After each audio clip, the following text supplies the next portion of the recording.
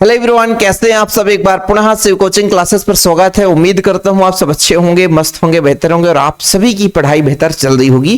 प्यारे बच्चों, आज हम बात करेंगे क्लास 11th रसायन शास्त्र मतलब केमिस्ट्री में जो क्वेश्चन बैंक एमपी बोर्ड द्वारा जारी किया गया है, तो इसका सोल्यूशन देखेंगे बच्चों। और इसमें आज चैप्टर 1 कंप्लीट करेंगे, कुछ प्रश्नोत्तर भी देखेंगे। इसके पहले मैंने फिजिक्स का एक चैप्टर का जो है सोल्यूशन कराया था, हो सकता है आप लोगों ने देखा होगा, प्लेलिस्ट बना दी है बच्चों। तो जो भी क्वेश्चन बैंक के सोल्यूशन कराएंगे वो प्लेलिस्ट में आपको मिल जाया करेगा। तो इस चैनल पे पहली बार है, चैनल को सब्सक्राइब कर लें, क्योंकि और भी आप लोगों का जो डिमांड रहेगा सभी चैप्टर के ऑब्जेक्टिव हम करा देंगे। ओके, चलिए शुरू करते हैं बच्चों। तो अपन सीधा सीधा यहाँ पे यदि किसी बच्चे को ब्लूप्रिंट की जरूरत होगी तो इस पीडीएफ में ब्लूप्रिंट भी रहता है, तो देख सकते हैं कौन कौन से चैप्टर आने वाले हैं। टोटल 4 चैप्टर आएगा आपका, और जो पहला चैप्टर 18 नंबर का, दूसरा चैप्टर 18 नंबर का, तीसरा चैप्टर 18 और चौथा चैप्टर जो है 16 नंबर का। इतना आपका बच्चों सिलेबस आने वाला है। आप थोड़ा सा स्क्रीनशॉट ले लीजिए, किस चैप्टर से कितने नंबर क्वेश्चन आएगा और कैसे कैसे क्वेश्चन आएंगे, यहां पर पूरा दिया हुआ है बेहतरीन रूप से। तो एक बार स्क्रीनशॉट ले लीजिए। मैं इसे टेलीग्राम में शेयर कर दूंगा, टेलीग्राम का लिंक डिस्क्रिप्शन पे दे दूंगा। शिव कोचिंग क्लासेस के नाम से टेलीग्राम चैनल है, ठीक है। तो परेशान मत होना, वहां पे भी आपको मिल जाएगा। चलिए शुरू करते हैं बच्चों, क्योंकि आज हम क्वेश्चन आंसर करने वाले हैं चैप्टर 1 रसायन विज्ञान की मूलभूत अवधारणाएं, जिसमें बच्चों को जो पहला प्रश्न है सही विकल्प का उत्तर देना है। चलिए शुरू करते हैं। जल का मोलर द्रव्यमान कितना होता है बच्चों, बताना है। जल का फार्मूला कितना होता है, H2O। जल का जो फार्मूला है प्यारे बच्चों वो H2O है। यदि एक हाइड्रोजन की बात करें बच्चों तो परमाणु द्रव्यमान 1 होता है, और 2 हाइड्रोजन इसलिए 2 का गुणा किए, और ऑक्सीजन का जो होता है 16। तो टोटल बच्चों कितना आता है, 18। कितना आता है, 18। तो ये आपका सेकेंड नंबर हो जाएगा जल का मोलर द्रव्यमान, ठीक है। कितना हो जाएगा प्यारे बच्चों, 18। जल का मोलर द्रव्यमान 18। शुद्ध जल की मोलरता कितनी होती है, तो देखो प्यारे बच्चों, यदि हम बात करें शुद्ध जल की मोलरता की, तो 18 ग्राम जो है इसका घनत्व होता है इतना। इसका घनत्व क्या होता है बच्चों, 1 मोल प्रति लीटर। 1 मोल प्रति लीटर है ना, इसका घनत्व होता है इकाई। यानी मान लीजिए यदि हम बिलियन की बात करें तो 1000 ml होगा, ये 1000 बच्चों। और इसमें यदि हम बात करें तो यहां पे आपका 1000, सॉरी यहां पे थोड़ा सा क्लीन करते हैं, फिर से हम आपको समझा देते हैं, थोड़ा सा यहां पर समझिएगा। देखो प्यारे बच्चों, ये जो शुद्ध जल की मोलरता निकाली जाती है, तो मोलरता का फार्मूला होता है WB/MB, WB/MB गुणे 1000/Vml, ठीक है। तो ये आपका बच्चों WB/MB। अच्छा, ये आप क्या निकाल रहे हो, मोलरता निकाल रहे हो। तो जल का घनत्व जो होता है बच्चों, जल का घनत्व होता है 1 ग्राम प्रति लीटर, ठीक है। या आप ऐसा लिख सकते हो कि प्रति मिलीलीटर। तो ये थोड़ा क्लीन करने में दिक्कत जाता है, क्लीन करने पूरा क्लीन हो जाता है, ये समस्या है। देखो बच्चों, थोड़ा सा फिर से समझ लेना कि घनत्व तो हमने कहा, घनत्व तो आप ऐसा करो कि यदि 1 ग्राम कर रहे हो तो 1 मिलीलीटर करो। यदि 1000 ग्राम कर रहे हो तो बच्चों 1000 ग्राम कर रहे हो तो 1000 ml कर लो, ऐसा, ठीक है। प्रति 1000 अर्थात 1 किलोग्राम 1 लीटर, ऐसा इसका घनत्व होता है, जल का घनत्व। तो यदि हम बात करें मोलरिटी की, तो इसका फार्मूला होता है वेट, WB/MB गुणे 1000 बटा आपका बच्चों Vml। तो देखो वेट जो है 1 लीटर में 1 किलोग्राम मतलब 1000 ग्राम है, बटे 18 गुणे 1000 है बच्चों, और ये Vml 1 लीटर मतलब 1000 ml में। तो 1000 से 1000 कट गया, 18 का भाग दोगे बच्चों तो 55 आ जाएगा। 55.55 आता है, 55.55। किसी बुक में 55.56 भी लिखा मिल जाता है, तो परेशान मत होना। CO2 का अणुभार कितना होता है फिर बच्चों, CO2 का अणुभार बताओ। तो यदि मैं CO2 में कार्बन की बात करूं तो कार्बन का 12 हो जाएगा, और एक ऑक्सीजन का होता है 16, लेकिन 2 ऑक्सीजन है बच्चों तो 16। 16 दूनी 32 और 12 44 आपका ये हो जाएगा।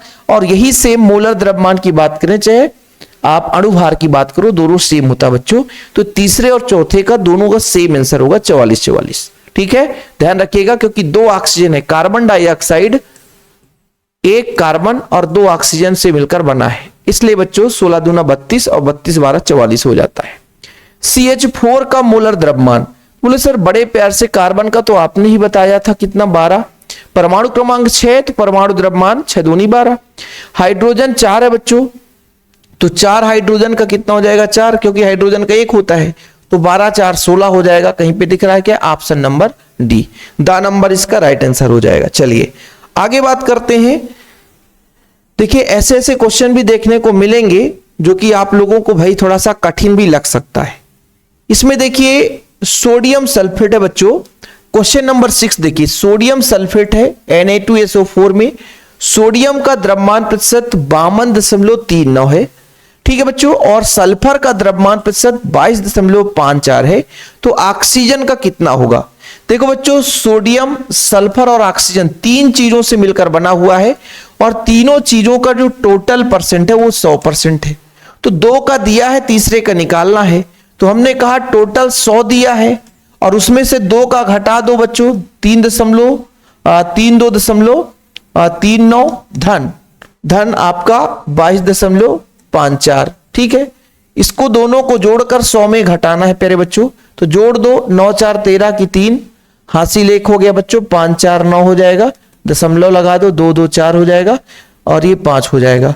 इस पे यदि आप कैलकुलेट करोगे तो 7 हो जाएगा, 0 हो जाएगा बच्चों, फिर 5 हो जाएगा, 4 हो जाएगा। ये 45.07 कहीं पे दिख रहा है क्या? जी हाँ, मैं ये कहना चाहता हूं कि टोटल जो है बच्चों 100% है ना। 2 का मान दे के रखा है, तीसरे का निकालना है, तो दोनों को जोड़कर 100 में घटा दो, खत्म कहानी।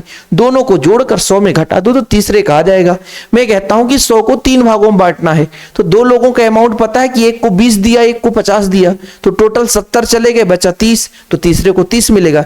यही कंसेप्ट यहां पे लगाना है कि भाई टोटल 100 कोई भी यौगिक होता है 100% होता है बच्चों, उसमें जितने भी कंपाउंड है उनकी परसेंटेज होती है। तो 2 आपके पास भाई साहब, ये आपके पास एक सल्फर हो गया और एक सोडियम और एक सल्फर, इसका परसेंटेज क्लियर है। तो हमें ऑक्सीजन का निकालना है, तो 2 को जोड़ करके 100 में क्या कर देना है, घटा देना है, तो आपका मान निकल कर आ जाएगा।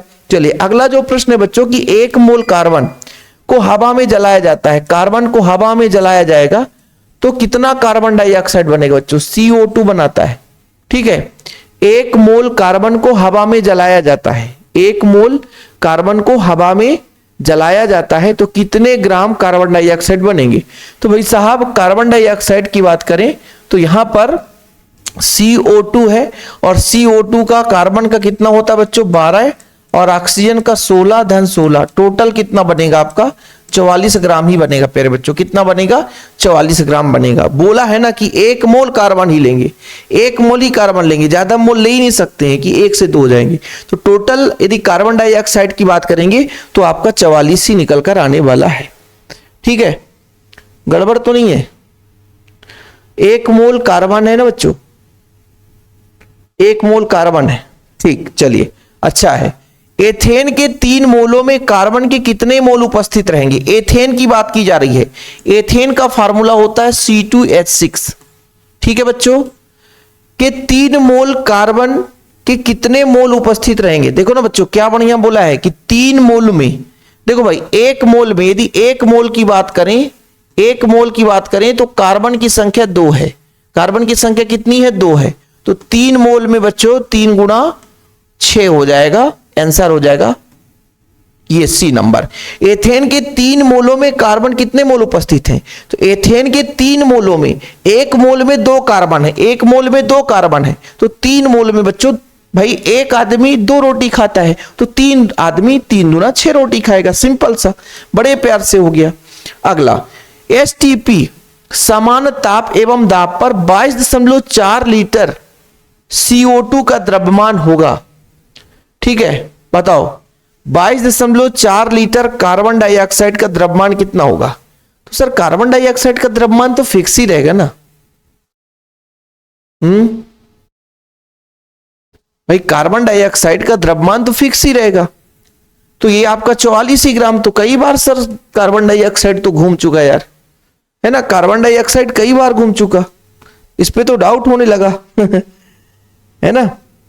चलिए कोई बात नहीं है, आप लोगों से बन रहा होगा बच्चों।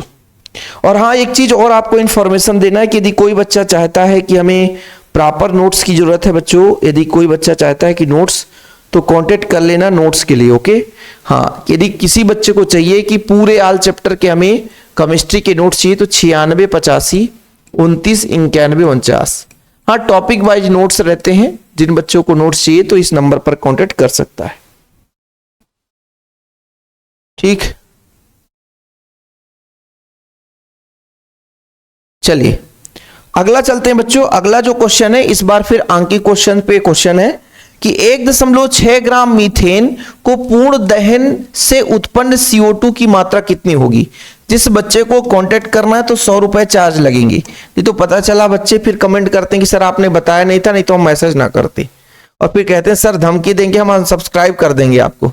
अरे बच्चों, जिसको पढ़ना है वो सब्सक्राइब करता है। यूट्यूब पे इसीलिए फ्री ऑफ कॉस्ट है, यूट्यूब पे कोई चार्ज नहीं लेते, हम कोई पेड बैच चलाते ही नहीं, केवल नोट्स के लिए, है ना। चलिए 1.6 ग्राम मीथेन के पूर्ण दहन से, सबसे पहले तो मीथेन का पूर्ण दहन कराओ, CH4 का O2 करा दो, पूर्ण दहन होगा तो ये CO2 में बदल जाएगा प्लस H2O में बदल जाएगा।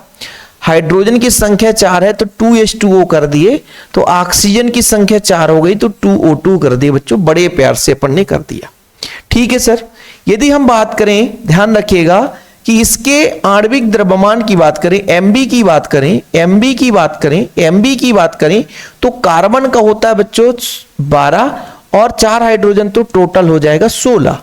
यदि इसके WB की बात करें, वेट की बात करें तो 1.6 दे के रखा है। ये किसके लिए बच्चों, 1 मोल के लिए बात की जा रही है, किसके लिए, 1 मोल के लिए बात की जा रही है ना। अभी CH4 हमने 1 मोल ही लिया है, लेकिन बोल दिया गया भैया 1 मोल में जो इसकी वेट है 1.6 है, ठीक है। और इसका आणविक द्रव्यमान आपका बच्चों, तो इसका 1 मोल कितने मान के बराबर होगा, तो 1 मोल की बात करें कि 1 मोल हम कैसे निकालेंगे। यदि मोल की संख्या निकालें तो मोल की संख्या निकालने के लिए इसको काट देते हैं। मोल की संख्या निकालने के लिए फार्मूला होता है, क्या होता है बच्चों, WB बटा MB। क्या होता है, WB बटा MB, ठीक है। मतलब 1.6 बटे 16, ठीक है। यदि दशमलव हटा दोगे बच्चों, दशमलव हटा दोगे तो 1 0 नीचे आकर के बढ़ जाएगा। दशमलव के बाद जितने अंक है, तो यदि अंश का दशमलव हटा रहे हैं तो 1 0 नीचे बढ़ेगा। जब इसका भाग दोगे बच्चों 0.1 आ जाएगा। यानी ये चीज क्लियर हुआ कि इतने ग्राम में, 1.6 ग्राम में जो CH4 के मोल की संख्या कितनी आ गई आपकी 0.1। 1.6 ग्राम लिया, जबकि शुरू में हमने 1 मोल ले लिया था बच्चों। सबसे पहले बात कर रहे हैं हम 1 मोल, तो 1 मोल के लिए आपका 1 मोल बना, ठीक है। 1 मोल के लिए आपका ये 1 मोल बना। पहले समझिएगा, CH4 हमने 1 मोल ले लिया था इतना, लेकिन जब हमने इसकी मात्रा बदल दी कि WB 1.6 है, इसका मतलब इतना भाई 0.1 मोल हो गया, 0.1 मोल हो गया, 0.1 मोल हो गया। तो कहने का तात्पर्य यह है कि 1 मोल के लिए 1 मोल बन रहा था, लेकिन 0.1 मोल है तब कितना बनेगा, तो इसका आणविक द्रव्यमान होता है 44। कितना होता है बच्चों, 44। तो 44 का गुणा कर दोगे तो 4.4 आ जाएगा। इसका राइट आंसर हो जाएगा कहीं पे 4.4 ग्राम। अब आप कहोगे सर बड़ा गड़बड़ आ गया। मैं ये बोल रहा हूं बच्चों, ये 1 मोल था, 1 मोल, तो 1 मोल बनाया, लेकिन 0.1 मोल के लिए कितना द्रव्यमान। तो आप कहोगे कि सर मोल की संख्या कैसे निकाली जाती है, मोल की संख्या कैसे निकाली जाती है, WB बटे MB, WB बटे MB से, है ना। अब इसके MB का मान कितना है 44, और मुझे WB निकालना है, और मोल हमें पता हो गया 0.1, तो इधर आकर के मल्टीप्लाई आ जाएगा। WB का मान निकल, इसके WB के, CO2 के WB का मान निकल कर आएगा, वेट का मान निकल कर आएगा। बोला ना मात्रा निकाल लो तो वेट का मान निकल कर आएगा। फिर से समझ लो थोड़ा सा, CH4 हमने 1 मोल ले लिया तो CO2 1 मोल बना, लेकिन पता है क्वेश्चन में दे रखा है कि 0.6 ग्राम लेना है, 1 मोल नहीं लेना, 0.6। अब 1.6 लेना है। अब 1.6 के लिए मोल की संख्या कितनी आ गई 0.1, तो हम 1 मोल के लिए तो निकाले थे, लेकिन 0.1 मोल के लिए कितना वेट, तो अपन ने ऐसा किया। ठीक, चलिए कोई बात नहीं है, जिसको समझ में आ गया अच्छा है, जो केमिस्ट्री पढ़ रहा होगा उसको आ रहा होगा, जो केमिस्ट्री नहीं पढ़ा होगा तो नहीं आ रहा होगा बच्चों। सामान्य ताप एवं दाब पर गैस के 1 मोल के अणुओं का आयतन कितना होता बच्चों, बताओ आप लोग। सामान्य ताप एवं दाब पर गैस के 1 मोल के अणुओं का आयतन होता है 22.4 लीटर। विलयन की सांद्रता व्यक्त करने की वह विधि जो तापमान परिवर्तन से प्रभावित नहीं होता, यह आपका है मोलरता। देखो, सांद्रता व्यक्त करने के लिए मोलरता, मोललता, फार्मलता, ये सब सांद्रता व्यक्त करने के माध्यम हैं। केमिस्ट्री शब्द की उत्पत्ति कीमिया शब्द से हुई। कीमिया कहां से बच्चों, कीमिया शब्द से हुई थी, जिसका अर्थ है रासायनिक क्रिया होना। जब प्रेक्षित मान और वास्तविक मान में अंतर बहुत कम होता है तो इसे बोलते हैं यथार्थता। यथार्थता है ना बच्चों, यानी शुद्धता की जांच ज्यादा।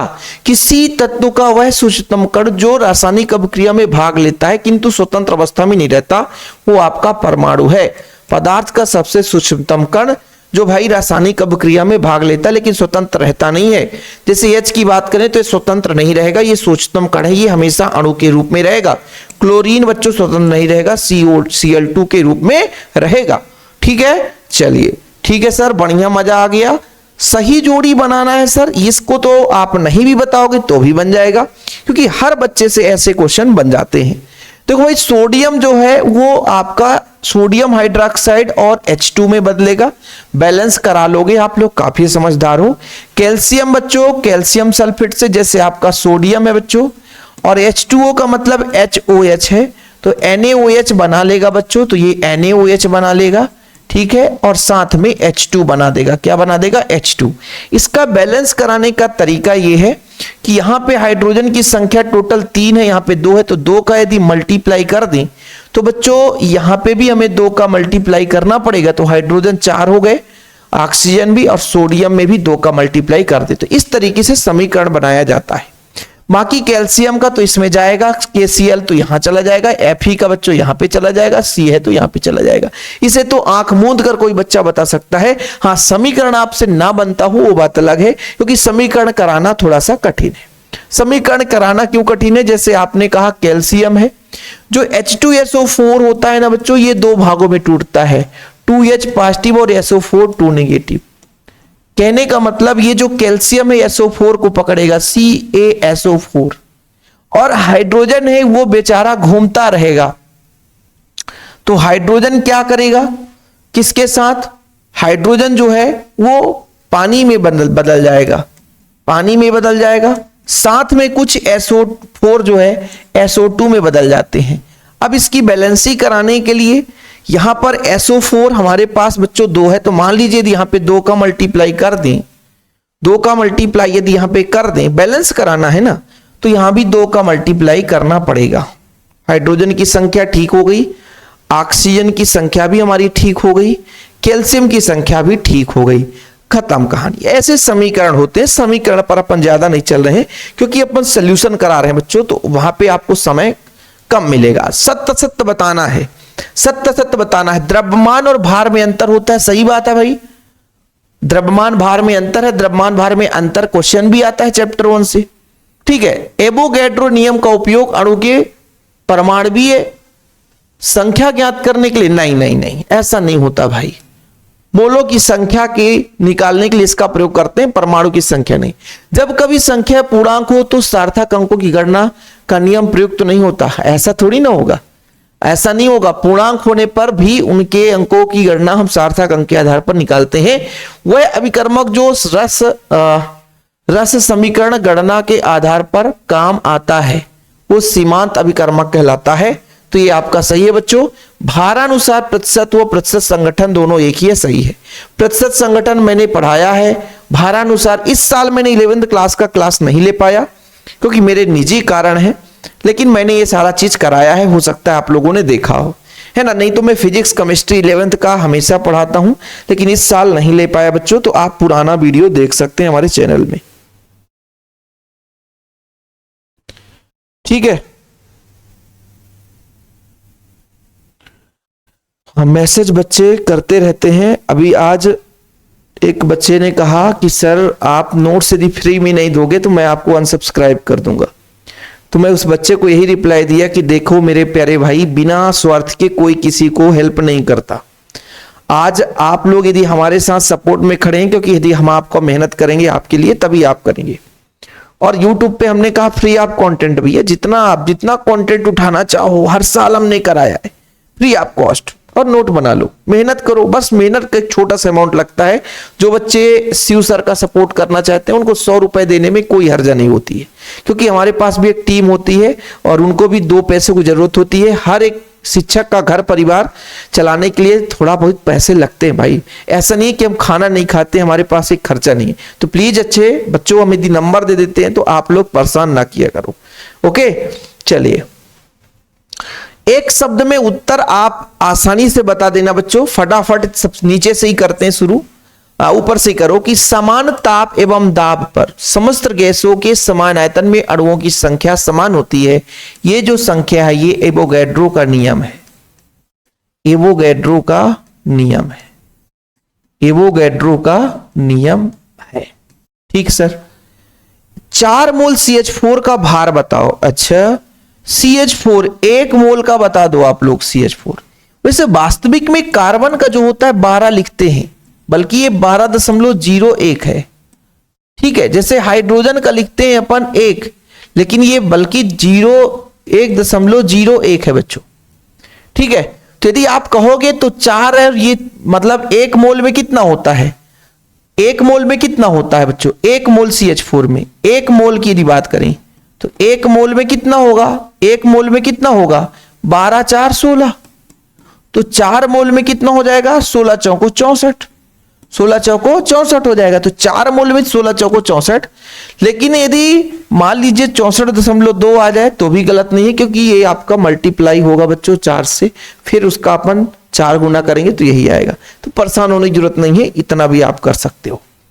आणविक सूत्र से मूलानुपाती सूत्र, आणविक सूत्र को मूलानुपाती सूत्र में कैसे, आणविक सूत्र को मूलानुपाती सूत्र से कैसे निकालते हैं?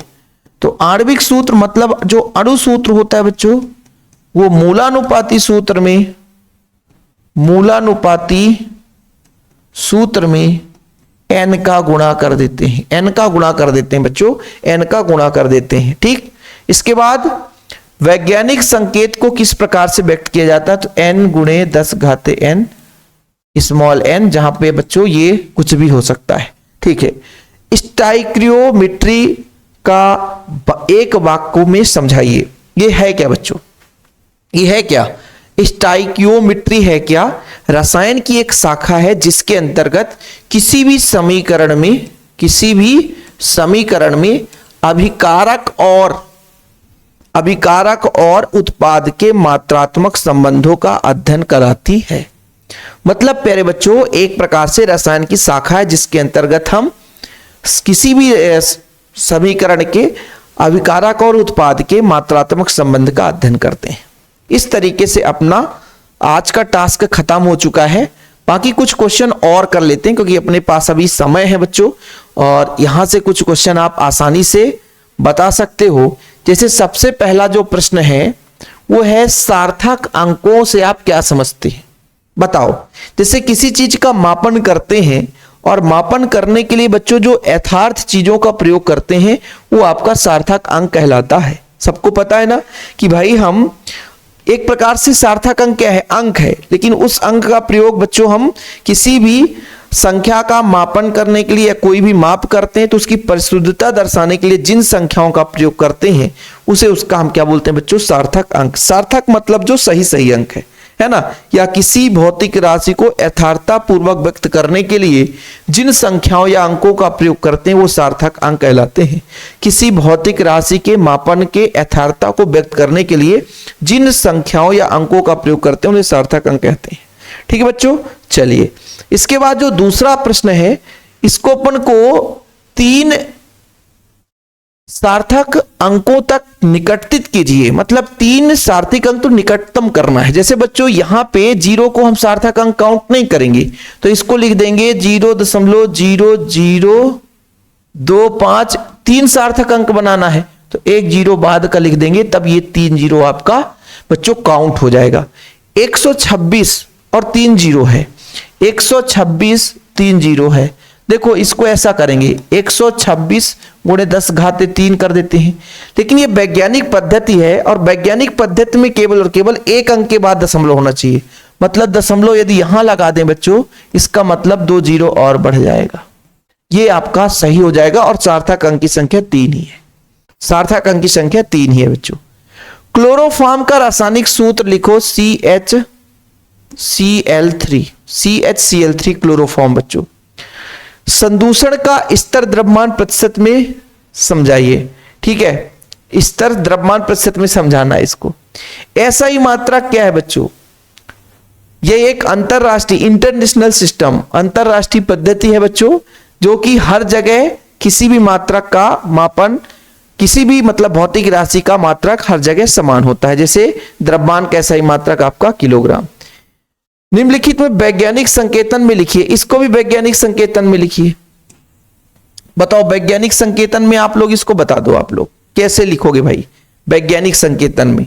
तो इसको दर्शाने के लिए देखिए बच्चों, इसको वैज्ञानिक संकेतन हमको दर्शाना है, तो सबसे पहले तो अपन को क्या करना है, सबसे पहले अपन को 0 हटाना है। 1 2 3 4 है बच्चों, तो 4 0 नीचे बढ़ा देना है, ठीक है, 4 0 नीचे बढ़ाना है। इसका मतलब 48 गुणे ये 10 घाते -4 ऊपर चला गया। अच्छा, दशमलव के बाद एक अंक, तो एक और 10 का भाग देंगे, तो 10 का यहां भी गुणा करना पड़ेगा, तो 10 का भाग देंगे बच्चों, तो 4.8 हो जाएगा, उड़े 10 घाते -3 हो जाएगा, क्योंकि एक 0 यहां से घट जाएगा। ये आपका बच्चों वैज्ञानिक संकेतन हो गया। ये देखो ऐसा, और इसके लिए तो मैंने बताया था, देखो दशमलव यदि यहां लगाना है ना बच्चों, तो 2.34 कर दो, गुणे दशमलव के बाद कितने अंक, 1 2 3 4 5, तो 10 घाते 5। ये वैज्ञानिक संकेतन। तो ऐसे आप लोग सार्थक अंक में वैज्ञानिक संकेतन करते हैं, तो ये सब चीज पढ़ना जरूरी रहता है, ठीक है। बाकी आप लोग होशियार हो। देखो भाई साहब, इसमें बताओ मोलर द्रव्यमान बता दो, ये सब आप लोग मोलर द्रव्यमान यूं आसानी से बता दोगे। जैसे H2O का कितना होता बच्चों, निकाला था 18। कार्बन डाइऑक्साइड का कितना है, कार्बन का 6 दूनी 12 और 16 16, 16 दूनी 32, 32 12 44 है ना। और CH4 का कितना है बच्चों, एक कार्बन का कितना होता है 12 और 12 4 16 हो जाएगा, 12 4 16 हो जाएगा। ये बताओ, इतना आसान है। आणविक सूत्र ज्ञात कीजिए, है ना। अब ये थोड़ा सा लंबा चौड़ा कहानी है ना। मूलानुपाती सूत्र से आणविक सूत्र निकलेगा बच्चों। गुणित अनुपात का नियम लिखिए, ठीक है। तो ऐसे क्वेश्चन आप लोगों के सिलेबस में है, जिसे आप लोगों को पढ़ लेना है। बाकी ऑब्जेक्टिव क्वेश्चन का जो यदि आप लोग चाहोगे तो और भी ऐसे आपके लिए लाता रहूंगा। बाकी यहाँ पे बच्चों कार्बन परमाणु के मोलों की संख्या निकालनी है, हाइड्रोजन परमाणु के मोलों की संख्या। मोल की संख्या कैसे निकाली जाती है, मोल की संख्या कैसे निकाली जाती है बताओ। मोल की संख्या निकालने के लिए WB/MB हो, वेट और मास दिया हो, रेशियो निकाल दो, मोलों की संख्या आ जाती है, ठीक है। फिलहाल अभी के लिए इतना ही। वास्तव में जिन बच्चों को नोट्स लेना है तो कांटेक्ट नंबर है 96 85 29 91 49, मेरा पर्सनल नंबर है 9685299149। इस नंबर पर कांटेक्ट करें, नोट्स ले, प्रॉपर तैयारी करें। फिलहाल अभी के लिए इतना ही बच्चों। जय हिंद, वंदे मातरम।